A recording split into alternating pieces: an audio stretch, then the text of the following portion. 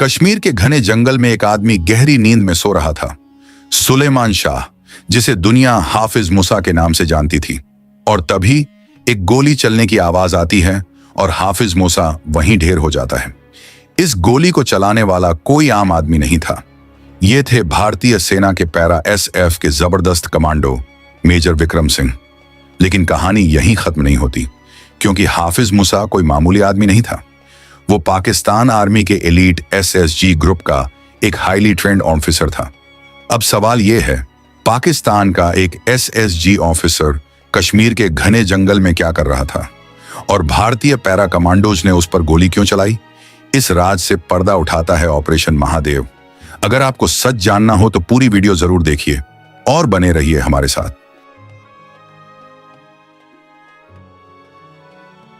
तारीख थी 22 अप्रैल 2025 की। कश्मीर के वैसन वैली में पर्यटक घूम रहे थे। नवविवाहित जोड़े हनीमून मना रहे थे कि तभी जंगल की तरफ से 3 आतंकवादी निकले। उनके हाथों में AK-47 और M4 कार्बाइन जैसी घातक राइफलें थीं। ये आतंकी लश्कर-ए-तैयबा और द रेजिस्टेंस फ्रंट के खूंखार भेड़िए थे, जो सरहद पार पाकिस्तान से सिर्फ एक ही मकसद लेकर आए थे, दहशत फैलाना और बेगुनाहों का खून बहाना। उनकी आंखों में वहशीपन था और चाल में मौत की आहट। उन्होंने आते ही सबको बंधक बना लिया। उसके बाद शुरू हुआ वह घिनौना खेल जिसने सबके दिल दहला दिए। उन्होंने एक एक करके सबसे उसका धर्म पूछा और जो हिंदू पाए गए उन्हें गोली मार दी गई। कुछ लोगों ने बचने के लिए झूठ बोलने की कोशिश की, लेकिन उन दरिंदों ने उन्हें कलमा पढ़ने को कहा। उन्होंने लोगों के हाथों पर बंधी कलाई और माथे पर लगा टीका देखकर शूट कर दिया। यहां तक कि कुछ लोगों के पैंट उतरवा कर जांच की और जो हिंदू पाए गए उन्हें गोली मार दी गई। अपना मकसद पूरा करने के बाद वे आतंकवादी उसी रास्ते से जंगल में वापस चले गए। जब सिक्योरिटी फोर्सेस वहां पहुंची तो मंजर दिल दहला देने वाला था। हर तरफ खून बिखरा था, लोगों का सामान इधर उधर पड़ा था और हवा में एक भारी सन्नाटा था जो चीखों के बाद आता है। इंडियन आर्मी और जम्मू कश्मीर पुलिस ने तुरंत पूरे इलाके की घेराबंदी कर दी। कॉर्डन एंड सर्च ऑपरेशन शुरू किया गया, लेकिन घना जंगल और मुश्किल रास्तों का फायदा उठाकर आतंकी वहां से निकलने में कामयाब हो चुके थे। दिल्ली में भी हलचल तेज हो गई। साउथ ब्लॉक में हाई लेवल मीटिंग्स का दौर शुरू हो गया। प्रधानमंत्री और गृह मंत्री ने साफ कर दिया था कि इस बार सिर्फ निंदा नहीं होगी, बल्कि कार्रवाई होगी, और वह भी ऐसी कार्रवाई जो दुश्मन की नस्लें याद रखेंगी। इंटेलिजेंस एजेंसियों को काम पर लगा दिया गया। रॉ और IB के अफसर 24 घंटे काम करने लगे ताकि यह पता लगाया जा सके कि इस हमले के पीछे किसका हाथ है और वे चूहे कहां छिपे हैं।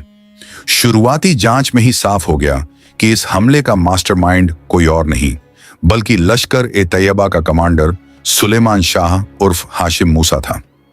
हाशिम मूसा कोई साधारण आतंकवादी नहीं था। इंटेलिजेंस रिपोर्ट्स के मुताबिक वह पाकिस्तान आर्मी की एलीट SSG यानी स्पेशल सर्विस ग्रुप का पूर्व कमांडो था। उसे जंगल वॉरफेयर की खास ट्रेनिंग मिली हुई थी। वह जानता था कि जंगल में कैसे छिपना है, सुराग कैसे मिटाने हैं और सेना को कैसे चकमा देना है। लेकिन वह एक बात भूल गया था। वह भूल गया कि उसका सामना इंडियन आर्मी से है, जिसके शब्दकोश में नामुमकिन जैसा कोई शब्द नहीं है। 7 मई 2025 हमले के ठीक 15 दिन बाद भारत ने अपना पहला जवाब दिया। इस मिशन का नाम था ऑपरेशन सिंदूर। यह एक हवाई हमला था। इंडियन एयर फोर्स के फाइटर जेट्स ने LOC के पार जाकर पाकिस्तान के कब्जे वाले कश्मीर में आतंकी लॉन्च पैड्स को निशाना बनाया। यह एयर स्ट्राइक बहुत सटीक थी। इसमें लश्कर और जैश के कई कैंप्स तबाह कर दिए गए। खबरों के मुताबिक 100 से ज्यादा आतंकी मारे गए। ऑपरेशन सिंदूर ने दुश्मन की कमर तोड़ दी थी, लेकिन इंडियन आर्मी जानती थी कि यह अब भी अंत नहीं है। ऑपरेशन सिंदूर एक बड़ी सफलता थी, लेकिन बैसारण हमले के असली गुनहगार, जिन्होंने अपने हाथों से गोलियां चलाई थीं, वे अभी भी जिंदा थे। सुलेमान शाह और उसके 2 साथी अबू हमजा और यासिर अभी भी कश्मीर की धरती पर मौजूद थे। इंटेलिजेंस ब्यूरो और RAW लगातार अपनी कोशिशों में लगे हुए थे। उन्होंने अपना ह्यूमन इंटेलिजेंस नेटवर्क एक्टिवेट कर दिया था। कश्मीर के हर गांव, हर ढाणी में मुखबिरों का जाल बिछा दिया गया था। लेकिन सुलेमान शाह इतना चालाक था कि वह किसी भी स्थानीय कश्मीरी पर भरोसा नहीं कर रहा था, उसे डर था कि कोई मुखबिरी कर देगा, इसलिए उसने आबादी वाले इलाकों से पूरी तरह दूरी बना ली थी। जुलाई का महीना शुरू हो चुका था। कश्मीर में मानसून दस्तक दे चुका था। पहाड़ों पर बारिश हो रही थी और ठंड बढ़ गई थी। ऐसे मौसम में जंगल में खुले आसमान के नीचे रहना बहुत मुश्किल होता है। शायद इसी मजबूरी ने उन्हें गलती करने पर मजबूर कर दिया। इंडियन आर्मी की चिनार कोर, जो कश्मीर में ऑन ऑपरेशंस के लिए जिम्मेदार है, ने अपनी स्ट्रेटजी बदली। उन्होंने तकनीक के साथ साथ ह्यूमन इंटेलिजेंस पर ज्यादा जोर देना शुरू किया। सेना जानती थी कि जंगल में कोई भी हलचल वहां रहने वाले खानाबदोशों यानी गुज्जर बकरवालों से नहीं छिप सकती। ये चरवाहे अपनी भेड़ों को चराने के लिए गर्मियों में ऊंचाई वाले इलाकों में जाते हैं और जंगल के चप्पे चप्पे से वाकिफ होते हैं। सेना ने इन बकरवालों के साथ संपर्क साधा और उन्हें विश्वास में लिया। उन्हें बताया गया कि ये आतंकी न सिर्फ देश के दुश्मन हैं, बल्कि कश्मीरी आवाम के भी दुश्मन हैं। जुलाई के दूसरे हफ्ते में इंटेलिजेंस को एक बहुत हल्का लेकिन अहम सुराग मिला। एक सैटेलाइट फोन का सिग्नल इंटरसेप्ट किया गया। यह सिग्नल सिर्फ कुछ सेकंड के लिए ऑन हुआ था और फिर बंद हो गया, लेकिन इंडियन आर्मी की सिग्नल कोर के लिए यह कुछ सेकंड ही काफी थे। उन्होंने उस सिग्नल की लोकेशन को ट्रायंगुलेट किया। लोकेशन आ रही थी श्रीनगर के पास हरवन और दारा इलाके के ऊपर, लिडवास के घने जंगलों में। यह वही इलाका था जिसका शक सेना को पहले से था। लिडवास दाचीगाम नेशनल पार्क के अंदर एक बहुत ऊंचाई वाला इलाका है, जो लगभग 3000 मीटर की ऊंचाई पर स्थित है। यहां पहुंचना आसान नहीं है। यहां कोई सड़क नहीं जाती, सिर्फ पगडंडियां हैं, जो बारिश में और भी खतरनाक हो जाती हैं। जैसे ही यह लोकेशन ट्रेस हुई, सेना मुख्यालय में हलचल तेज हो गई। नॉर्दर्न कमांड के कमांडर और चिनार कोर के जीओसी ने तुरंत एक ऑपरेशनल प्लान तैयार किया। इस बार गलती की कोई गुंजाइश नहीं थी। अगर आतंकी वहां थे तो उन्हें वहां से जिंदा निकलने का कोई रास्ता नहीं मिलना चाहिए था। इस मिशन के लिए सबसे बेहतरीन जवानों को चुना गया। यह काम था पैरा स्पेशल फोर्सेस का 4 पैरा SF, जिन्हें उनके अदम्य साहस के लिए जाना जाता है। उन्हें इस ऑपरेशन की कमान सौंपी गई। उनके साथ जम्मू कश्मीर पुलिस का स्पेशल ऑपरेशंस ग्रुप यानी SOG और CRPF की वैली QAT यानी क्विक एक्शन टीम भी शामिल थी। यह एक जॉइंट ऑपरेशन था जिसमें हर फोर्स की अपनी भूमिका थी। प्लान यह था कि आतंकियों को चारों तरफ से घेरा जाएगा, लेकिन यह इतना आसान नहीं था। जंगल इतना घना था कि 2 कदम दूर खड़ा इंसान भी दिखाई नहीं देता था। ऊपर से खराब मौसम और बारिश ने चुनौती को और बढ़ा दिया था, लेकिन हमारे जवानों के हौसले हिमालय से भी ऊंचे थे। उन्हें पता था कि वे किसके पीछे जा रहे हैं, उस शैतान के पीछे जिसने बच्चों और औरतों पर गोलियां चलाई थीं। हर जवान के मन में बस एक ही बात थी, आज नहीं तो कभी नहीं। ऑपरेशन का नाम रखा गया ऑपरेशन महादेव। यह नाम भगवान शिव के नाम पर था, जो संहार के देवता माने जाते हैं, और साथ ही उस महादेव पीक के नाम पर भी, जिसके करीब यह ऑपरेशन होने वाला था। नाम ही काफी था बताने के लिए कि दुश्मनों का अंजाम क्या होने वाला है। 16 जुलाई से 31 जुलाई के बीच का समय तय किया गया। सेना ने धीरे धीरे बिना किसी शोर के अपनी टुकड़ियों को जंगल की तरफ भेजना शुरू किया। यह एक सर्च एंड डिस्ट्रॉय मिशन था। जवानों को साफ निर्देश थे, सरप्राइज एलिमेंट खत्म नहीं होना चाहिए। दुश्मन को भनक भी नहीं लगनी चाहिए कि मौत उनके दरवाजे पर दस्तक देने आ रही है। जुलाई का महीना अपने आखिरी दौर में था, लेकिन ऑपरेशन महादेव अब अपने सबसे रोमांचक मोड़ पर पहुंच चुका था। दाची गांव के जंगलों में सन्नाटा था, लेकिन यह सन्नाटा किसी तूफान के आने का संकेत था। 4 पैरा SF और SOG की टीमें जंगल के अलग अलग रास्तों से लिडवास की तरफ बढ़ रही थीं। उनके पास अत्याधुनिक उपकरण थे, night vision goggles, thermal imager और ड्रोन्स। लेकिन घने पेड़ों की वजह से ड्रोन्स का इस्तेमाल बहुत सीमित था। सबसे बड़ा हथियार उनकी अपनी आंखें और कान थे। खुफिया जानकारी पुख्ता थी।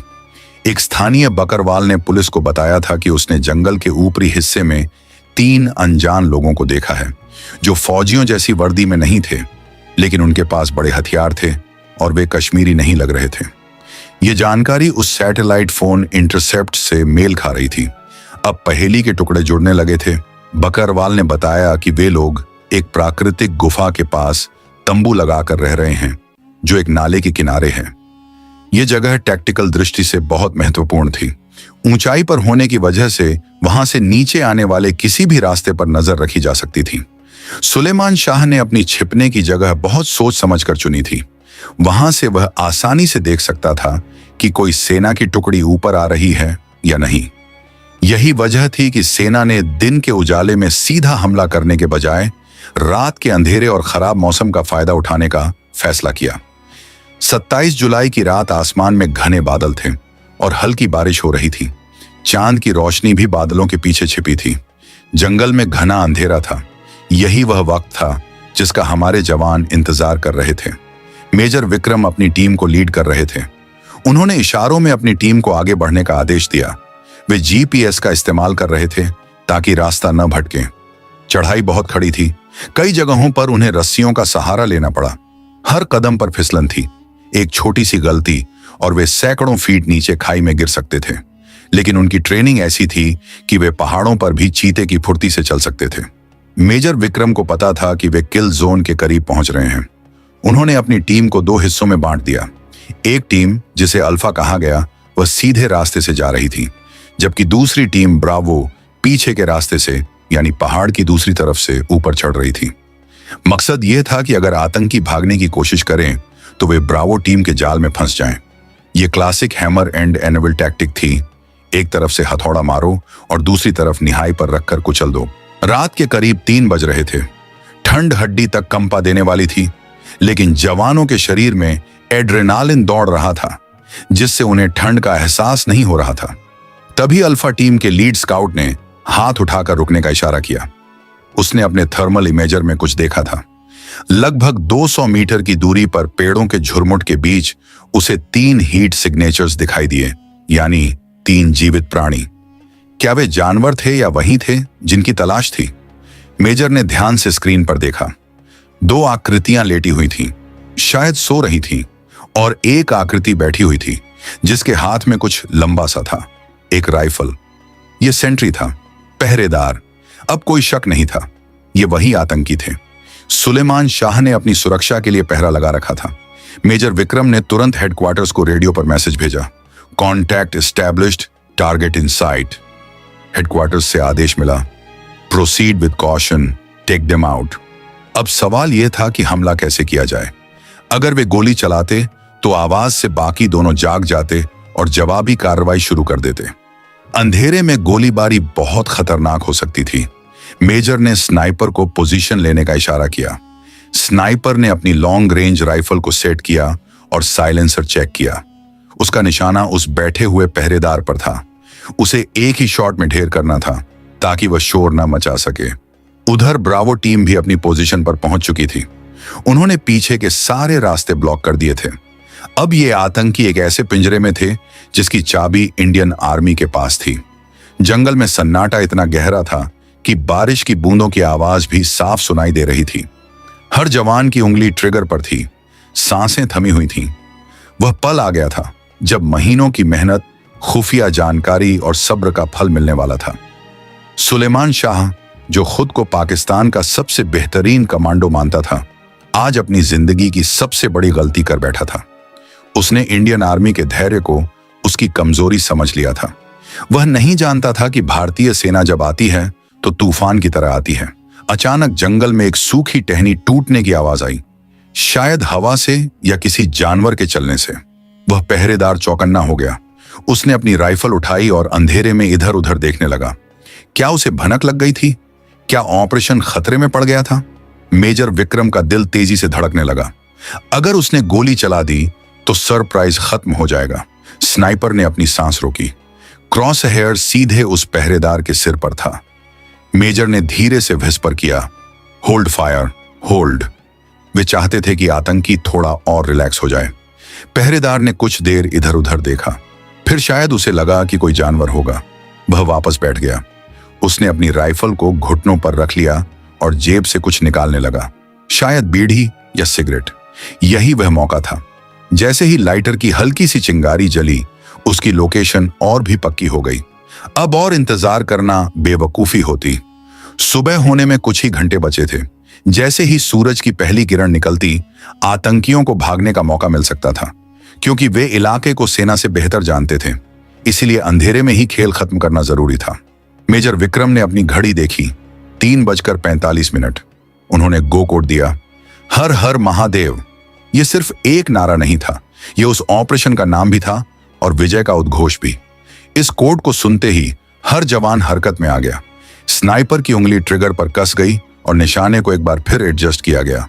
हवा की गति और दूरी का हिसाब लगाया गया।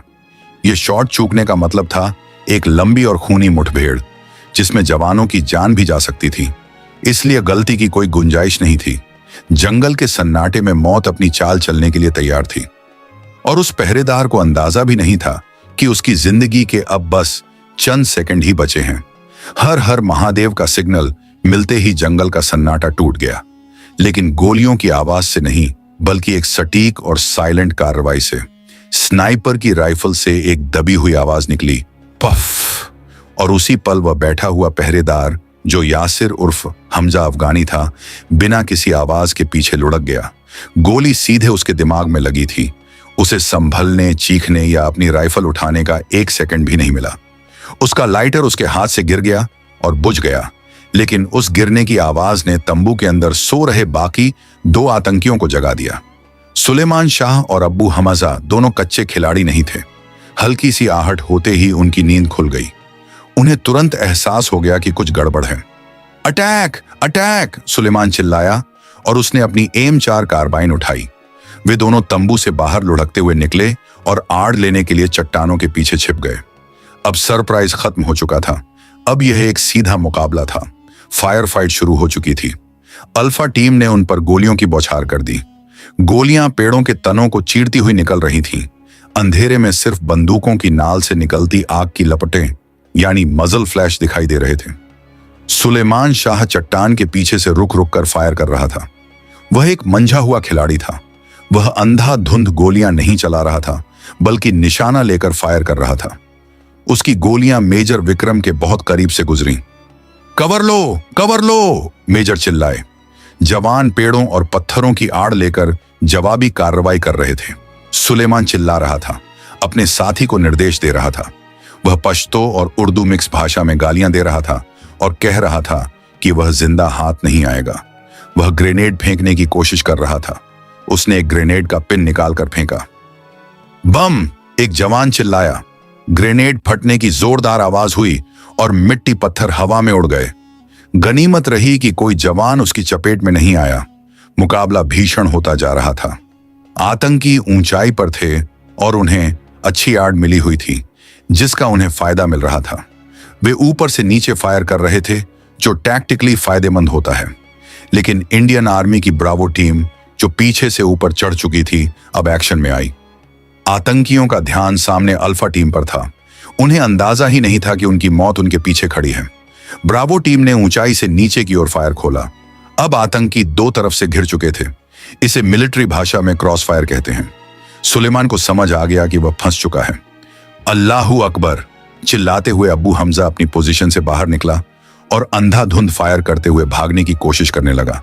यह एक आत्मघाती कदम था। जैसे ही वह कवर से बाहर आया, उसे 3 तरफ से गोलियां लगी। एसओजी के एक जवान की गोली उसके सीने में लगी और वह वहीं ढेर हो गया। अब बचा था सिर्फ एक मास्टरमाइंड, सुलेमान शाह। वह अकेला था, घिरा हुआ था, लेकिन उसने हार नहीं मानी। वह जानता था कि अगर वह पकड़ा गया तो उसे बहुत राज उगलने पड़ेंगे और फिर फांसी होगी। उसके लिए लड़ते हुए मरना बेहतर था। उसने अपनी पोजीशन बदली और एक बड़ी चट्टान के पीछे जा छिपा। वहां से उसने रुक रुक कर फायर करना जारी रखा। वह सेना को उलझाए रखना चाहता था ताकि शायद उसे कोई मौका मिल जाए, लेकिन 4 पैरा के कमांडोज ने उसे कोई मौका नहीं दिया। उन्होंने ग्रेनेड लॉन्चर का इस्तेमाल करने का फैसला किया। मेजर ने आदेश दिया, UBGL फायर, यानी अंडर बैरल ग्रेनेड लॉन्चर। एक जवान ने अपनी राइफल के नीचे लगे लॉन्चर से ग्रेनेड फायर किया। ग्रेनेड सीधे उस चट्टान के पास जाकर गिरा जहां सुलेमान छिपा था। एक जोरदार धमाका हुआ। धुएं और धूल का गुब्बार उठ गया। फायरिंग कुछ पलों के लिए रुक गई। क्या वह मारा गया या यह कोई चाल थी? जवान अपनी पोजीशन पर डटे रहे। कुछ देर तक कोई हरकत नहीं हुई। तभी धुएं के बीच से गोलियां चलने की आवाज फिर आई।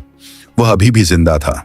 हालांकि वह घायल था, लेकिन उसका जुनून अभी खत्म नहीं हुआ था। वह लगातार फायर कर रहा था और फौज को ललकार रहा था। आओ, मुझे पकड़कर दिखाओ, वह चिल्ला रहा था। यह उसकी हताशा थी। वह जानता था कि उसका अंत निकट है। मेजर विक्रम ने समझ लिया कि अब इसे जिंदा पकड़ना नामुमकिन है और इसमें अपने जवानों की जान का जोखिम भी है। सूरज की पहली किरणें आसमान में दिखाई देने लगी थीं। धुंधल का छंट रहा था। अब विजिबिलिटी बेहतर हो रही थी। मेजर ने अपनी टीम को फाइनल असॉल्ट यानी अंतिम हमले के लिए तैयार किया। उन्होंने एक तरफ से भारी फायरिंग करवाकर सुलेमान का ध्यान भटकाया, जिसे सप्रेसिंग फायर कहते हैं, और दूसरी तरफ से 2 कमांडोज को रेंगते हुए यानी क्रॉलिंग करते हुए उसके करीब भेजा। यह बहुत जोखिम भरा कदम था। अगर सुलेमान ने उन्हें देख लिया होता तो वह उन्हें आसानी से मार सकता था, लेकिन सप्रेसिंग फायर की वजह से वह अपना सिर ऊपर नहीं उठा पा रहा था। कमांडोज अब सुलेमान से महज 10 मीटर की दूरी पर थे। उन्होंने हैंड ग्रेनेड निकाले, पिन हटाई और कुछ सेकंड हाथ में रोके रखा, जिसे कुकिंग ऑफ कहते हैं, ताकि उसे वापस फेंकने का मौका न मिले, और फिर सुलेमान की पोजीशन पर फेंक दिया। 2 धमाके एक साथ हुए, बूम बूम। इस बार धमाकों के बाद कोई फायरिंग नहीं हुई, सिर्फ कराहने की आवाज आई। धूल का गुब्बार शांत होने का इंतजार किया गया। मेजर विक्रम ने रेडियो पर कहा, सीज फायर, चेक टारगेट, यानी फायरिंग रोको, लक्ष्य की जांच करो। 2 जवान अपनी बंदूकें ताने हुए धीरे धीरे चट्टान की तरफ बढ़े। वहां का नजारा विभत्स था। सुलेमान शाह, जो पहलगाम का कसाई कहलाता था, अब मिट्टी और खून में सना हुआ पड़ा था। उसकी M4 कार्बाइन उसके पास पड़ी थी, लेकिन अब उसे उठाने वाला हाथ बेजान हो चुका था। एक जवान ने उसके पास जाकर उसकी नब्ज चेक की। कोई हरकत नहीं। उसकी आंखें खुली थीं, जिनमें अब खौफ जम चुका था। जवान ने थम्स अप किया। Target down. यह शब्द सुनते ही पूरे यूनिट में राहत की सांस ली गई, लेकिन सतर्कता अभी भी कम नहीं की गई थी, क्योंकि जंगलों में अक्सर बूबी ट्रैप्स होते हैं। जवानों ने तुरंत सुलेमान के शरीर की तलाशी ली। कहीं उसने कोई सुसाइड वेस्ट तो नहीं पहन रखा था। सौभाग्य से ऐसा कुछ नहीं था। यह एक क्लीन ऑन ऑपरेशन था, जिसमें दुश्मन को सोचने का भी वक्त नहीं मिला था। Target down. ये 2 शब्द रेडियो सेट पर गूंजे और जंगल में मौजूद हर जवान के चेहरे पर एक संतोष भरी मुस्कान आ गई। लेकिन काम अभी पूरा नहीं हुआ था। पहचान की पुष्टि करना सबसे जरूरी था। क्या यह वाकई सुलेमान शाह ही था? जवानों ने उसके चेहरे को साफ किया और अपने पास मौजूद डॉसियर की फोटो से मिलाया। वही दाढ़ी, वही आंखें और माथे पर वह निशान, ये वही था। सुलेमान शाह उर्फ हाशिम मूसा, पाकिस्तान का पूर्व कमांडो और लश्कर का टॉप कमांडर। उसके पास से जो हथियार मिले वे भी इस बात की गवाही दे रहे थे कि वह कोई मामूली आतंकवादी नहीं था। उसके पास अमेरिकन मेड M4 कार्बाइन थी, जिसमें नाइट विजन स्कोप लगा था। यह हथियार अक्सर पाकिस्तानी आर्मी की स्पेशल फोर्सेस इस्तेमाल करती हैं। इसके अलावा उसके पास से एक सैटेलाइट फोन, कुछ दस्तावेज और नक्शे भी मिले, जिन पर इंडियन आर्मी के ठिकानों के निशान लगे थे। मेजर विक्रम ने तुरंत बेस को कंफर्म किया। ऑपरेशन महादेव सक्सेसफुल, तीनों target neutralised, Suleman Shah is history, यानी ऑपरेशन सफल, तीनों ढेर। सुलेमान शाह अब इतिहास बन चुका है। यह खबर जैसे ही श्रीनगर हेडक्वार्टर्स पहुंची, वहां खुशी की लहर दौड़ गई। GOC ने तुरंत दिल्ली में सेना प्रमुख और रक्षा मंत्री को सूचित किया। यह एक बहुत बड़ी कामयाबी थी। पहलगाम हमले का बदला पूरा हो चुका था। उन 26 बेगुनाहों की आत्मा को अब जाकर शांति मिली होगी। लेकिन जंगल में अभी भी खतरा टला नहीं था। हो सकता था कि आसपास कोई और आतंकी छिपा हो या उन्होंने कोई IED लगा रखा हो। इसलिए जवानों ने पूरी सावधानी के साथ तलाशी अभियान यानी सैनिटाइजेशन चलाया। तंबू के अंदर से उन्हें भारी मात्रा में गोला बारूद, सूखा राशन और दवाइयां मिली। इससे पता चलता था कि वे यहां लंबी लड़ाई की तैयारी के साथ आए थे। सबसे चौंकाने वाली बात यह थी कि उनके पास से कुछ ऐसे इंजेक्शन भी मिले जो अक्सर घायल होने पर दर्द कम करने और जागते रहने के लिए इस्तेमाल किए जाते हैं। यह सब पाकिस्तान की स्टेट स्पॉन्सरशिप का सबूत था। शवों को रिकवर करना भी एक चुनौती थी। ऊंचाई से नीचे लाना, और वह भी फिसलन भरे रास्तों से, यह मुश्किल काम था।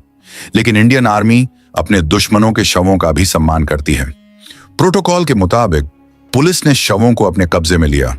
पंचनामा भरा गया और उन्हें पोस्टमार्टम के लिए श्रीनगर भेजा गया।